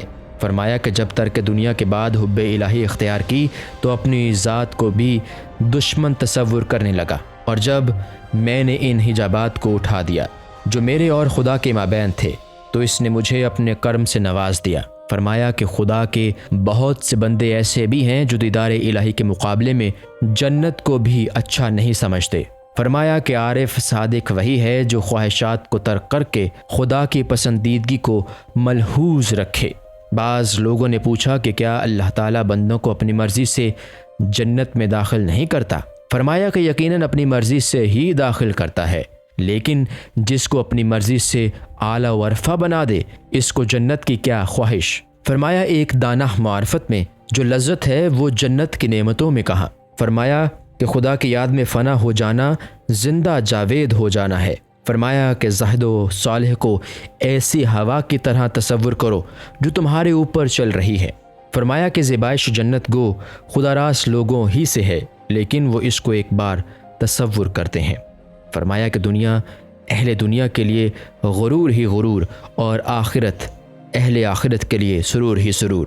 اور جب خداوندی عارفین کے لیے نور ہی نور ہے، اور عارف کی ریاضت یہ ہے کہ وہ اپنے نفس کا نگران رہے، اور عارف کی شناخت یہ ہے کہ جو خاموشی کے ساتھ مخلوق سے کنارہ کش رہے۔ فرمایا کہ خدا کا طالب آخرت کی جانب بھی متوجہ نہیں ہوتا، اور خدا سے محبت کرنے والا اپنی محبت کی بنا پر خدا ہی کی طرح یکتا ہو جاتا ہے۔ فرمایا کہ محشر میں اہل جنت کے سامنے کچھ صورتیں پیش کی جائیں گی، اور جو کسی صورت کو اپنا لے گا وہ دیدار الہی سے محروم ہو جائے گا۔ یہی مناسب ہے کہ بندہ خود کو ہیچ سمجھتے ہوئے کبھی اپنے علم و عمل کی زیادتی پر نازا نہ ہو، کیونکہ جس وقت بندہ خود کو ہیچ تصور نہ کرے واصل اللہ نہیں ہو سکتا، کیونکہ خدا کے صفت کا اسی وقت مظاہرہ ہو سکتا ہے جب یہ مقام اس کو حاصل ہو جائے۔ فرمایا کہ علم و خبر ایسے فرد سے سیکھو اور سنو جو علم سے معلوم تک اور خبر سے مخبر تک رسائی حاصل کر چکا ہو، اور جو اعزاز دنیاوی کے لیے علم حاصل کرے اس کی صحبت سے کنارہ کش رہو، اس لیے کہ اس کا علم خود اس کے لیے سود مند نہیں۔ فرمایا کہ خدا شناس خدا کو ضرور دوست رکھتا ہے، کیونکہ محبت کے بغیر معرفت بے معنی ہے۔ فرمایا کہ یہ ایک کلیہ ہے کہ جب تک ندی نالے بہتے رہتے ہیں اس وقت تک ان میں شور ہوتا ہے، اور جب دریا میں مل جاتے ہیں تو تمام شور ختم ہو جاتا ہے۔ پھر فرمایا کہ خدا کے کچھ بندے ایسے بھی ہیں کہ اگر ایک لمحہ کے لیے بھی محجوب ہو جائیں تو پرستش ترک کر دیں، یعنی محجوب ہو جانے سے وہ قطعاً نابود ہو جاتے ہیں، اور نابود ہونے کے بعد عبادت نہیں کر سکتے۔ فرمایا کہ عارف وہ ہے جو ملک و دولت معیوب تصور کرتا ہو، لیکن اس کی عبادت کا صلہ سوائے خدا کے کسی کو معلوم نہیں۔ فرمایا کہ خدا دوست لوگوں کی نظر میں جنت بھی کوئی حقیقت نہیں رکھتی، گو اہل محبت ہجر میں مبتلا رہتے ہیں، لیکن ان کی حالت ان بندوں کی طرح ہوتی ہے جو ہر حال میں مطلوب کے طالب رہتے ہیں، جس طرح عاشق کو عشق اور طالب کو مطلوب کے سوا اور کچھ طلب کرنا مناسب نہیں۔ فرمایا کہ خدا نے جن کے قلوب کو بار محبت اٹھانے کے قابل تصور نہیں کیا، ان کو عبادت کی طرف لگا دیا، کیونکہ معرفت الہی کا بار سوائے عبادت عارف کے اور کوئی برداشت نہیں کر سکتا۔ اگر مخلوق اپنی ہستی کو پہچان لے تو خدا کی معرفت خود بخود حاصل ہو جاتی ہے۔ پھر فرمایا کہ بندے کو ایسا وقت ضرور نکالنا چاہیے جس میں اپنی مالک کے سوا کسی پر نظر نہ اٹھے۔ پھر فرمایا کہ اللہ تعالیٰ اپنے محبوب بندوں کو 3 چیزیں عطا فرماتا ہے: اول دریا کی طرح سخاوت، دوم آفتاب کی طرح روشنی، سوم زمین کی طرح عاجزی۔ کہ علوم میں ایک ایسا علم بھی ہے جس سے عالم واقف نہیں، اور زہد میں ایک ایسا زہد ہے جس کو زاہد بھی نہیں جانتے، اور اللہ تعالیٰ جس کو مقبولیت عطا فرماتا ہے اس پر ایک ایسا فرعون مقرر کر دیتا ہے جو ہمہ وقت اذیت پہنچاتا رہے۔ فرمایا کہ گفتگو اور آواز و حرکت سب پردے کے باہر کی چیزیں ہیں، لیکن پردے میں سوائے ہیبت و رعب اور خاموشی کے کچھ بھی نہیں، اور بندے کو جس وقت تک قرب الہی حاصل نہیں ہوتا اس وقت تک باتیں بتاتا ہے، لیکن جب حضوری حاصل ہوتی ہے تو سکتہ طاری ہو جاتا ہے۔ فرمایا کہ عارف وہ ہے جس کی نظر میں ہر برائی اچھائی میں تبدیل ہو جائے، اور خدا شناس جہنم کے لیے عذاب اور ناخدا شناس کے لیے جہنم عذاب ہے۔ لیکن خدا شناس کی راہوں میں بہت سے وہ لوگ آتے ہیں جو رات کو ایمان سے خالی ہو کر پلٹ جاتے ہیں۔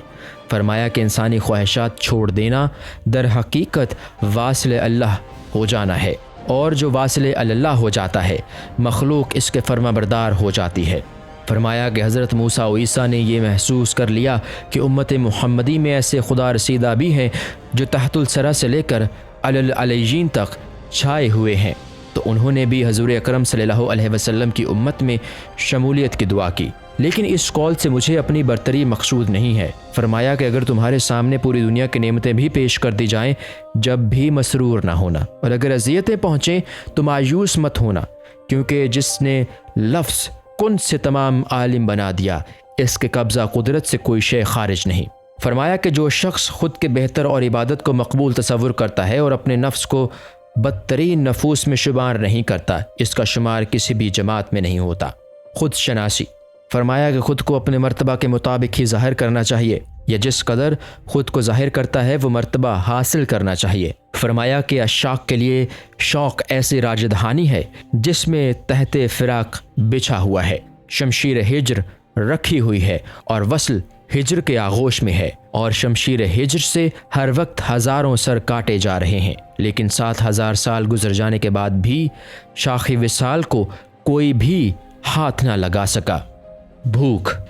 فرمایا کہ بھوک ایک ایسا ابر ہے جس سے رحمت کی بارش ہوتی ہے۔ فرمایا کہ جو از روئے تکبر اشاروں کناروں میں گفتگو کرتا ہے وہ خدا سے دور ہے، جو مخلوق کی اذیت رسانی کو برداشت کرتا ہے اور مخلوق سے خندہ پیشانی سے پیش آتا ہے وہ خدا سے بہت نزدیک ہے۔ ذکر الہی۔ فرمایا کہ خدا کی یاد کا مفہوم اپنے نفس کو فراموش کر دینا ہے، اور جو شخص خدا کو خدا کے ذریعہ شناخت کرتا ہے وہ زندہ جاوید ہو جاتا ہے، لیکن جو اپنے نفس کے ذریعہ خدا کو پہچاننے کی سعی کرتا ہے وہ فانی ہے۔ فرمایا کہ قلب عارف اس شمع کی طرح ہے جو فانوس کے اندر سے ہر سمت اپنا نور پھیلاتی رہتی ہے، اور جس کو یہ مقام حاصل ہو گیا اس کو تاریکی کا خطرہ نہیں رہتا۔ فرمایا کہ 2 خصلتیں مخلوق کی تباہی کا باعث بنتی ہیں، اول کسی بھی مخلوق کا احترام نہ کرنا، دوم خالق کے احسان کو ٹھکرا دینا۔ نصیحت۔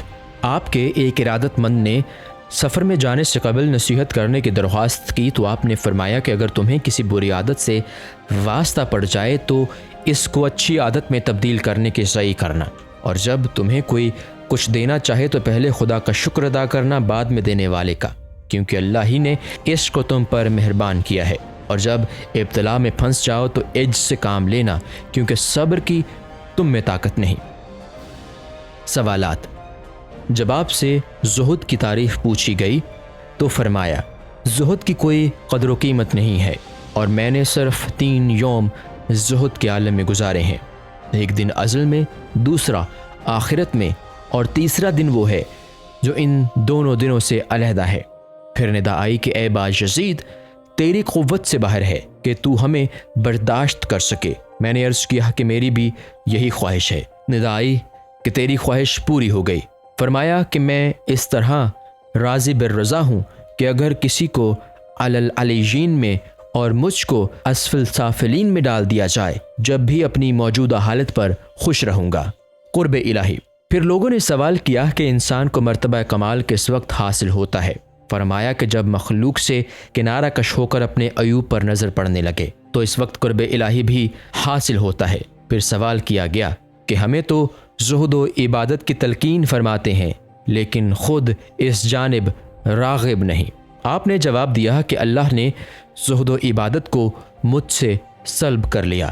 پھر کسی نے پوچھا کہ خدا تک رسائی کس طرح ممکن ہے؟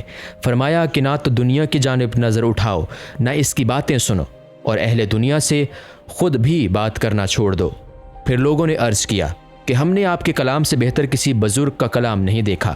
آپ نے فرمایا کہ دوسروں کے کلام میں التباس ہوتا ہے اور میں بغیر تلبیس کی گفتگو کرتا ہوں، کیونکہ دوسرے لوگ تو ہم کہتے ہیں اور میں تو ہی تو کہتا ہوں۔ کسی نے آپ سے نصیحت کرنے کی استدعا کی تو فرمایا کہ آسمان کی جانب دیکھو، یہ بتاؤ کہ اس کا خالق کون ہے؟ اس نے کہا کہ خدا نے تخلیق فرمایا ہے۔ آپ نے فرمایا بس اس سے ڈرتے رہو، کیونکہ وہ تمہارے ہر حال سے باخبر ہے۔ پھر کسی نے پوچھا کہ طالب بندے سفر و سیاحت سے کیوں خوش نہیں ہوتے؟ فرمایا کہ جب مقصود اپنی جگہ قائم ہے تو پھر اس کو سفر و سیاحت میں تلاش کرنا ممکن نہیں۔ پھر کسی نے سوال کیا کہ کیسے بندوں کی صحبت میں رہنا چاہیے؟ فرمایا جو تمہاری عیادت کرے، جو تمہاری خطا معاف کرتا رہے اور حق بات تم سے کبھی نہ چھپائے۔ پوچھا گیا کہ آپ رات میں نماز کیوں نہیں پڑھتے؟ فرمایا کہ مجھے عالم الملکوت کے چکر لگانے ہی سے فرصت نہیں ملتی، اس کے علاوہ لوگوں کی اعانت کرتا رہتا ہوں۔ سوال ہوا کہ عارف کون ہے؟ فرمایا کہ جو دنیا میں رہ کر بھی تم سے دور بھاگتا ہے اور خواب میں نہ تو خدا کے سوا کسی کو دیکھے اور نہ کسی پر اپنا راز ظاہر کرے۔ پوچھا گیا کہ امر بالمعروف اور نہی عن المنکر کی بھی وضاحت فرما دیجیے۔ فرمایا کہ دنیا کو چھوڑ دو تاکہ ان دونوں چیزوں کا قصہ ہی باقی نہ رہے۔ فرمایا کہ بحر معرفت میں غرق ہو کر امر بالمعروف کی شناخت ہوتی ہے اور بندہ نفس و مخلوق کی اعانت کے بغیر ہی قرب الہی حاصل کر لیتا ہے۔ کسی نے پوچھا کہ آپ کو یہ مراتب کیسے حاصل ہوئے؟ فرمایا کہ میں نے وسائل دنیاوی کو زنجیر قناعت میں جکڑ کر اور صدق کے صندوق میں بند کر کے مایوسیوں کے دریا میں غرق کر دیا۔ سوال کیا گیا کہ آپ کی عمر کتنی ہے؟ آپ نے فرمایا 4 سال، اس لیے کہ میں صرف 4 سال سے خدا کا مشاہدہ کر رہا ہوں۔ اس سے قبل 70 سال محض قیل و کال میں گزر گئے، جن کو عمر میں شمار نہیں کیا جا سکتا۔ عزت۔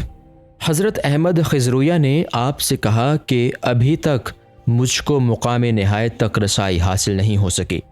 آپ نے فرمایا کہ تم عزت کی انتہا حاصل کرنے کی فکر میں ہو، اور وہ باری تعالیٰ کی صفت ہے جس کو مخلوق حاصل کر ہی نہیں سکتی۔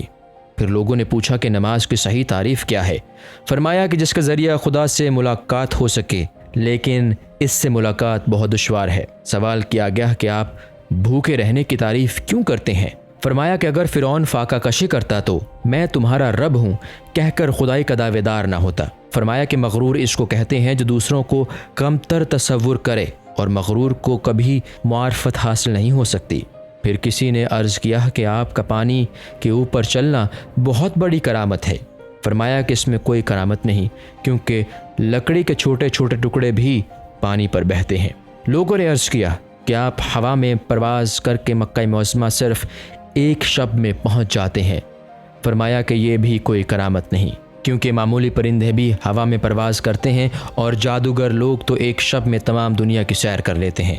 لوگوں نے مجاہدے کے متعلق غور کیا تو فرمایا کہ میں نے 100 سال کی گوشہ نشینی کے بعد بھی خود کو ایک غار میں رہنے والی عورت کی طرح پایا، اور جس وقت میں نے دنیا کو خیر آباد کہہ دیا، خدا تعالیٰ سے مل گیا اور خدا سے کہا کہ میرا تیرے سوا کوئی نہیں، اور جب تک تو میرا ہے سب کچھ میرا ہے۔ اور جب اللہ نے میرے صدق کا مشاہدہ کر لیا تو میرے نفس کے عیوب دور فرما دیے۔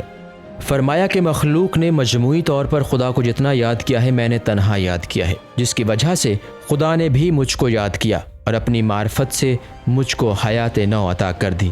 فرمایا کہ جس کو اطاعت خداوندی کی خلت سے نوازا گیا، وہ اس خلت پر فریفتہ ہو کر رہ گیا، لیکن میں نے خدا سے سوائے خدا کے کچھ طلب نہیں کیا۔ فرمایا کہ مجھے جب یہ خیال آیا کہ خدا کو دوست رکھتا ہوں تو غور کرنے کے بعد معلوم ہوا کہ میں اس کو دوست نہیں رکھتا، بلکہ وہ مجھے دوست رکھتا ہے۔ فرمایا کہ دوسرے لوگوں نے تو مردوں سے علم حاصل کیا ہے، لیکن میں نے ایسی زندہ ہستی سے علم سیکھا کہ جس کو موت ہی نہیں ہے۔ فرمایا کہ جب میں نے نفس کو اللہ کی جانب راغب کرنا چاہا اور وہ راغب نہ ہوا تو میں اس کو بھی چھوڑ کر خدا کی حضوری میں پہنچ گیا۔ فرمایا کہ جب مجھے آسمان کی سیر کرائی گئی اور جب عالم الملکوت میرے مشاہدے میں آ گیا تو مجھے وہاں سے رضا و محبت حاصل ہو گئے۔ فرمایا کہ مجھے یہ مرتبہ اس لیے حاصل ہوا کہ جس عضو کو رجوع اللہ نہ پایا، اس سے کنارہ کش ہو کر دوسرے عضو سے کام نکالا۔ فرمایا کہ خدا شناسی کے بعد میں نے خدا کو اپنے لیے کافی سمجھا۔ فرمایا کہ بہت عرصہ سے نماز میں مجھے خیال آتا ہے کہ میرا قلب مشرک ہے اور اس کو زنا کی ضرورت ہے۔ فرمایا کہ عورتیں مجھ سے اس لیے افضل ہیں کہ وہ ماہواری کے بعد غسل کر کے پاک ہو جاتی ہیں، لیکن مجھے تمام عمر غسل کرتے بیت گئی لیکن پاکی حاصل نہ ہو سکی۔ فرمایا کہ اگر پوری زندگی میں مجھ سے ایک نیک کام بھی ہو جاتا تو خوف زدہ نہ رہتا۔ فرمایا کہ اگر روز محشر میں یہ سوال کیا جائے کہ تو نے فلاں کام کیوں کیا، تو میں اس کو بہتر تصور کرتا ہوں کہ یہ پوچھا جائے کہ تو نے فلاں کام کیوں نہ کیا۔ فرمایا کہ اللہ مخلوق کے بھیدوں سے خوب واقف ہے اور ہر بھید کی جانب نظر ڈال کر فرماتا ہے کہ میں اس کو اپنی محبت سے خالی پاتا ہوں، لیکن باجزید کے بھید کو اپنی محبت میں غرق دیکھتا ہوں۔ فرمایا کہ میں نے خواب دیکھا کہ خدا کی توحید سے زیادہ کا طلبگار ہوں، لیکن بیداری کے بعد میں نے عرض کیا کہ مجھے تیری توحید سے بڑھ کر کچھ نہیں چاہیے۔ فرمایا کہ اللہ تعالیٰ نے سوال کیا کہ کیا خواہش رکھتے ہو؟ میں نے عرض کیا کہ جو میرے لائق ہو۔ فرمایا کہ خود کو چھوڑ کر چلے آؤ۔ فرمایا کہ لوگ مجھے اپنے جیسا خیال کرتے ہیں، حالانکہ عالم غیب میں میرے اوصاف کا مشاہدہ کر لیں تو مر جائیں، کیونکہ میں ایک ایسے سمندر کی طرح ہوں جس کی گہرائی کی نہ ابتدا ہے نہ انتہا۔ عرش کی حقیقت کے متعلق کسی نے آپ سے سوال کیا تو فرمایا کہ عرش تو میں خود ہوں۔ پھر کرسی کے متعلق پوچھا تو آپ نے فرمایا کہ کرسی بھی میں خود ہوں، اور پھر قلم کے متعلق بھی یہی فرمایا۔ اس کے بعد سائل نے کہا کہ اللہ تعالیٰ کے تو اور بھی بہت سے مقرب بندے ہیں، مثلا حضرت ابراہیم، حضرت موسیٰ اور حضور محمد صلی اللہ علیہ وسلم۔ اس پر بھی آپ نے یہی فرمایا کہ وہ بھی میں ہی ہوں۔ پھر سائل نے ملائکہ کے لیے سوال پوچھا تو جب بھی یہی فرمایا کہ وہ بھی میں ہی ہوں۔ یہ جواب سن کر جب وہ خاموش ہو گیا تو آپ نے فرمایا کہ حق میں فنائیت کے بعد تمام چیزوں کو اپنی ہی ہستی میں ضم پاتا ہوں، اس لیے حق میں سب چیزیں موجود ہیں۔ حضرت بایزید بسطامی رحمۃ اللہ علیہ کے معراج کی کیفیت۔ آپ فرماتے ہیں کہ جس وقت مجھے تمام موجودات سے بے نیاز کر کے خدا نے اپنے نور سے منور فرمایا اور تمام اسرار و رموز سے آگاہی عطا کی تو میں نے چشم یقین کے ساتھ خدا تعالیٰ کا مشاہدہ کیا اور مجھے معلوم ہوا کہ میرا نور اس کے نور کے سامنے تاریک ہے اور میری عظمت اس کی برتری کے سامنے قطعاً بے حقیقت ہے، کیونکہ وہ مصفہ تھا اور میرے وجود میں کثافت تھی۔ اور جب میں نے اپنے نور و عظمت کے اندر اس کے نور و عظمت کو محسوس کیا تو یہ اندازہ ہو گیا کہ میری تمام عبادت و ریاضت میں اسی کا حکم نافذ ہے۔ اور جب میں نے اس کی وجہ پوچھی تو فرمایا کہ جب تک ہم کام کرنے کی قوت عطا نہیں کرتے اس وقت تک تو کچھ بھی نہیں کر سکتا، کیونکہ فاعل حقیقی تو ہم ہیں اور ہمارے ہی ارادے سے تمام چیزیں ظہور پذیر ہوتی ہیں۔ اور جب خدا نے میری ہستی کو فنا کر کے بقا کا مقام عطا کیا تو اپنی خودی کا میں نے بے حجابانہ مشاہدہ کیا، گویا میں نے اللہ کو اللہ کے ذریعہ دیکھا اور اس کی حقیقت میں گم ہو کر گونگا، بہرا اور جاہل بن گیا۔ نفس کی بربریت کو درمیان سے فنا کر کے ایک عرصہ وہاں قیام کیا، پھر خدا نے مجھ کو علوم ازلی سے آگاہ فرما کر زبان کو اپنے کرم سے گویائی اور آنکھوں کو اپنے نور سے نور عطا کیا، جس کا ذریعہ میں نے ہر شے میں اس کی ذات کو جلوہ گر پایا اور اس کے علم سے علم حاصل کیا۔ پھر فرمایا گیا کہ میرا وجود سب کے ساتھ بھی ہے اور سب سے جدا بھی، تجھے بلا وسائل کے تمام وسائل حاصل ہیں۔ میں نے عرض کیا کہ مجھے ان چیزوں سے کوئی دلچسپی نہیں، مجھے تیرے وجود کے بغیر اپنا وجود بھی ناپسند ہے، بلکہ تیرے وجود کا اپنے وجود کے بغیر بھی قیام چاہتا ہوں۔ فرمایا کہ شریعت کو چھوڑ کر حد اعتدال سے نکل جا تاکہ تیری کوشش ہمارے لیے پسندیدہ ہو۔ میں نے عرض کیا کہ میری تمنا تو یہی ہے اور مجھے یہ بھی علم ہے کہ میری ذات نقص و عیب سے پاک ہے۔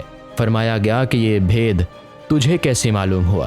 میں نے عرض کیا کہ میرے علم کا سبب تو بخوبی جانتا ہے، کیونکہ تو ہی محب و محاب ہے۔ پھر اس نے اپنی رضا سے مجھے مخاطب فرما کر شرف عطا کیا اور اپنی خوشنودی پر مہر تصدیق ثبت کر دی اور قلب کی تاریکی اور نفس کی کثافت کو دور کر دیا۔ اس وقت میں نے محسوس کیا کہ میری حیات کا تعلق ذات خداوندی سے ہے اور میں اس کے فضل و کرم میں ملبوس ہوں۔ پوچھا گیا اور کیا چاہتا ہے؟ میں نے عرض کیا تو سب سے زائد علیم و کریم ہے، اس لیے تجھ کو ہی تجھ سے طلب کرتا ہوں، صرف اتنا قرب عطا کر کے ما سوا سے نجات عطا کر دے۔ اس طرح کے کلام کے بعد مجھے تاج کرامت عطا کرتے ہوئے فرمایا کہ تو نے حق کو دیکھ لیا اور پا لیا۔ میں نے عرض کیا کہ میں نے حق کو حق کے توسل سے پایا اور دیکھا۔ پھر میری حمد و ثنا کے صلہ میں ایسے پر عطا کیے گئے جن کے ذریعہ میدان عزت میں پرواز کرتے ہوئے قدرت کے صنائع کا مشاہدہ کیا۔ خدا نے اپنی قوت و زینت سے مجھے قوت و زینت بخشی اور تاج کرامت سر پر رکھ کر در توحید کھول دیا اور فرمایا کہ اب تیری رضا ہماری رضا ہوگی اور تیرا کلام کثافتوں سے پاک ہوگا اور تیرا ہمارے اوصاف سے وابستہ ہونے کا کسی کو علم بھی نہ ہو سکے گا۔ اس کے بعد مجھے از سر نو زندگی عطا کی گئی اور مکمل آزمائش کے بعد دریافت کیا گیا کہ ملک کس کا ہے، حکم کس کا ہے اور صاحب اختیار کون ہے۔ میں نے کہا کہ تیرے سوا کسی میں یہ اوصاف نہیں ہو سکتے۔ پھر جس وقت مجھے نظر قہر سے دیکھا گیا تو میری ہستی فنا ہو گئی اور میں نے صبر و سکون کا پیراہن پہن لیا، جس کی بنا پر مجھے یہ مراتب تفویض کیے گئے۔ میرے قلب تاریک میں مسرتوں کا ایک ایسا دریچہ کھولا گیا اور لسان توحید عطا کر کے میرے قلب کو اپنے نور سے منور کر دیا اور اپنی صنعتوں سے آنکھوں کو خیرہ بنا دیا، اور اب میں اسی کی اعانت سے بات کرتا اور چلتا پھرتا ہوں اور اسی کے کرم سے وہ حیات ملی جس سے موت کا وجود ہی نہیں۔ پھر فرمایا گیا کہ مخلوق تیرے دیدار کی متمنی ہے۔ میں نے کہا کہ میں تو تیرے سوا کسی کو بھی دیکھنا پسند نہیں کرتا، لیکن اگر تیری یہی خواہش ہے کہ مخلوق تیرا نظارہ کرے تو پھر میں راضی بالرضا ہوں، لیکن پہلے مجھے وحدانیت سے آراستہ فرما دے تاکہ مخلوق میرے اندر تیری وحد و حقیقت کا مشاہدہ کر سکے اور میرا وجود درمیان سے منقطع ہو جائے۔ پھر خدا تعالیٰ نے میری خواہشات کی تکمیل کے بعد مجھے تمام عالم کے سامنے پیش کر دیا، اور جیسے ہی میں نے اس کی بارگاہ کے باہر قدم رکھا تو لغزش سے گر پڑا، تو فوراً یہ ندا آئی کہ ہمارے دوست کو واپس لے آؤ، کیونکہ وہ ہمارے بغیر نہ رہ سکتا ہے نہ چل پھر سکتا ہے۔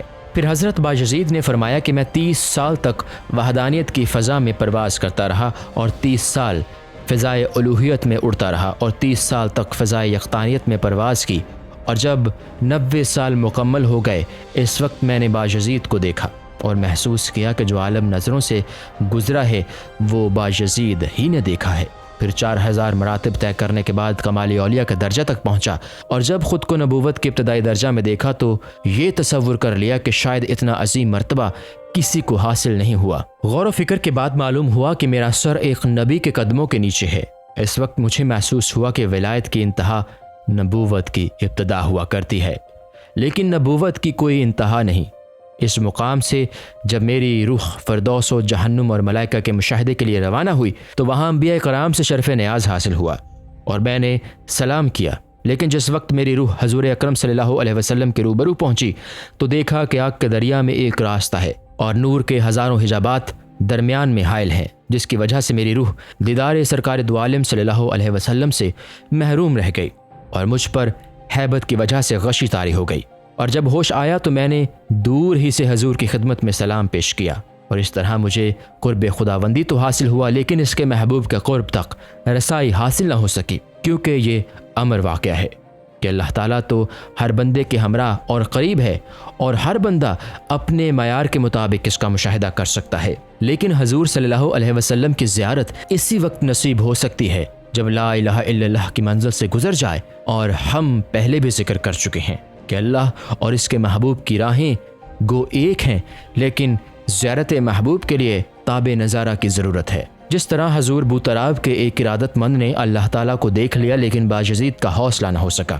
پھر حضرت باجزید نے فرمایا کہ جو کچھ میں نے مشاہدہ کیا اس سے یہ اندازہ ہو گیا کہ جب تک خودی کا ازالہ نہ ہو جائے خدا کا راستہ ملنا محال ہے، اور جب میں نے سوال کیا کہ میں اپنی خودی کا ازالہ کس طرح کروں تو جواب ملا کہ یہ مقام صرف اتباع نبوی سے ہی حاصل ہو سکتا ہے۔ حضرت مصنف کہتے ہیں کہ مجھے حیرت ہے کہ جو بزرگان دین وقار نبوی صلی اللہ علیہ وسلم سے اس درجہ باخبر ہوں کہ ان کے اقوال سے لوگ ایسا مفہوم کیوں اخذ کر لیتے ہیں جس میں حضور اکرم کی تحقیر کا پہلو نکلتا ہو۔ جیسا کہ حضرت باجزید رحمۃ اللہ علیہ سے پوچھا گیا کہ کیا تمام مخلوق قیامت میں حضور اکرم صلی اللہ علیہ وسلم کے علم کے نیچے ہوگی؟ فرمایا کہ قسمیہ کہتا ہوں کہ میرے علم کے نیچے مخلوق کے علاوہ انبیاء کرام بھی ہوں گے، لیکن لوگوں نے یہ مفہوم اخذ کر لیا کہ باجزید نے خود کو حضور اکرم صلی اللہ علیہ وسلم سے بھی زیادہ افضل تصور کر لیا، لیکن یہ مفہوم سمجھنا ایک محمل سی بات ہے، بلکہ امر واقعہ یہ ہے کہ آپ نے اللہ تعالیٰ تک اس حد تک رسائی حاصل کر لی تھی کہ آپ کی زبان خدا کی زبان بن چکی تھی، اور آپ کا قول حقیقت میں اللہ تعالیٰ کا قول تھا۔ اور یہ بھی تسلیم کر لینا چاہیے کہ لوائی اعظم من الوائے محمد یا سبحانی ما اعظم شانی جیسے کلمات آپ کی زبان سے نکلے، لیکن در حقیقت خدا تعالیٰ نے آپ کی زبان سے گفتگو فرمائی۔ حضرت باجزید بسطامی رحمۃ اللہ علیہ کے مناجات۔ آپ اپنی مناجات میں یہ کہا کرتے تھے کہ اے اللہ میرے اور اپنے درمیان دوئی کا حجاب ختم فرما دے تاکہ میں تیری ذات میں فنا ہو جاؤں۔ اے اللہ جب تک میں خودی میں مبتلا رہا سب سے ادنا رہا، لیکن جب تیری معیت نصیب ہوئی اس وقت میں سب سے اعلیٰ و برتر ہو گیا۔ اللہ فکر فاقہ سے تیرا قرب حاصل ہوا ہے، اور تیرے الطاف کریمانہ نے میرے فقر و فاقہ کو نیست و نابود کر دیا۔ اے اللہ میں علم و زہد نہیں چاہتا، اپنے رموز مجھ پر آشکار فرما دے۔ اے اللہ تیرے ہی فضل نے مجھ سے روشناس کیا، اور اس لیے میں تجھ پر ناز کرتا ہوں۔ اے اللہ قلب کے لیے بہترین شے تیرا الہام، اور غیب کی راہوں میں سب سے افضل تیرا نور ہے، اور سب سے عمدہ ہے وہ حالت جس کا انکشاف مخلوق کے لیے دشوار ہے، اور بہترین ہے وہ زبان جو تیرا وصف بیان کرنے سے قاصر رہے۔ کیونکہ انسان اگر تیرا اوصاف بیان کرنا چاہے تو پوری زندگی میں تیرے اوصاف کا معمولی سا حصہ بھی بیان نہیں کر سکتا۔ اے اللہ، یہ بات تعجب خیز نہیں کہ میں تجھ کو اپنا دوست تصور کرتا ہوں، بلکہ حیرت انگیز یہ ہے کہ تو مجھ کو اپنا دوست سمجھتا ہے، کیونکہ مختار کل اور صاحب قوت ہے اور میں ایک کمزور و محتاج بندہ ہوں۔ اے اللہ، میں تجھ سے خوف زدہ رہتا تھا، لیکن تو نے اپنے کرم سے میرا خوف دور کر دیا، جس کی وجہ سے میں ہمہ اوقات مسرور و شادماں رہتا ہوں، اور تو نے مجھے اپنے بارگاہ میں باریاب فرمایا، جس کا میں کسی طرح بھی شکر ادا نہیں کر سکتا۔ اے اللہ، میں اپنی عبادت و ریاضت پر نازاں نہیں ہوں، بلکہ یہ بات قابل فخر ہے کہ تو نے اپنے احکام کی بجا آوری کے لیے قوت و طاعت عطا کر کے خلعت بزرگی سے سرفراز فرمایا۔ اے اللہ، میرا شمار تو ان آتش پرستوں میں کر لے جو 70 سال آتش پرستی میں مبتلا رہے اور آخری عمر میں صحرائے گمراہی میں نکل کر وادی ہدایت میں پہنچے اور اسلام میں داخل ہو کر ان میں تیرا نام لینے کا ذوق پیدا ہو گیا۔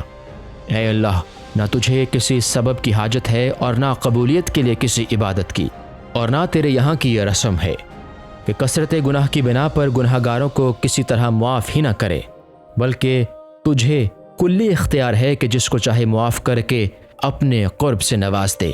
اے اللہ، گو میں نے اپنے نزدیک بہت ہی نیک کام انجام دیے، لیکن وہ تیری بارگاہ میں قبولیت کے ہرگز قابل نہیں، لہٰذا ان کو نظر انداز فرما کر صرف اپنے رحم و کرم سے میری مغفرت فرما دے۔ آپ ہم اوقات اللہ اللہ کا ورد جاری رکھتے اور عالم نزا میں بھی آپ کی زبان پر اللہ ہی کا نام تھا، اور موت سے قبل آپ نے فرمایا کہ اے اللہ، میں دنیا میں بربنائے غفلت تیری عبادت سے محروم رہا اور اب آخری وقت میں بھی تیری عبادت سے غافل ہوں، اس کے باوجود بھی تیری رحمت کا متمنی ہوں۔ یہ کلمات زبان پر تھے کہ روح مبارک علی العلیین کی جانب پرواز کر گئی۔ انا للہ و انا الیہ راجعون۔ اسی نے خواب میں دیکھ کر آپ سے سوال کیا کہ تصوف کا کیا مفہوم ہے؟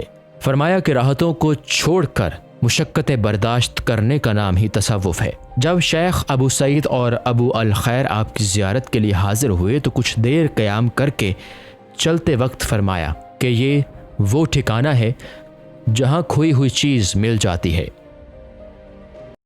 السلام علیکم۔ پوری کتاب دیکھنے کے لیے ہمارے یوٹیوب چینل صوفی سما کی پلے لسٹ میں جائیں۔ یہاں آپ کو مختلف بزرگوں کی کتابیں ملیں گی، اور جو کتاب پوری نہ ہوئی اس پر کام تیزی سے ہو رہا ہے اور ریگولر بیسس پر اپلوڈ ہوتی رہتی ہیں۔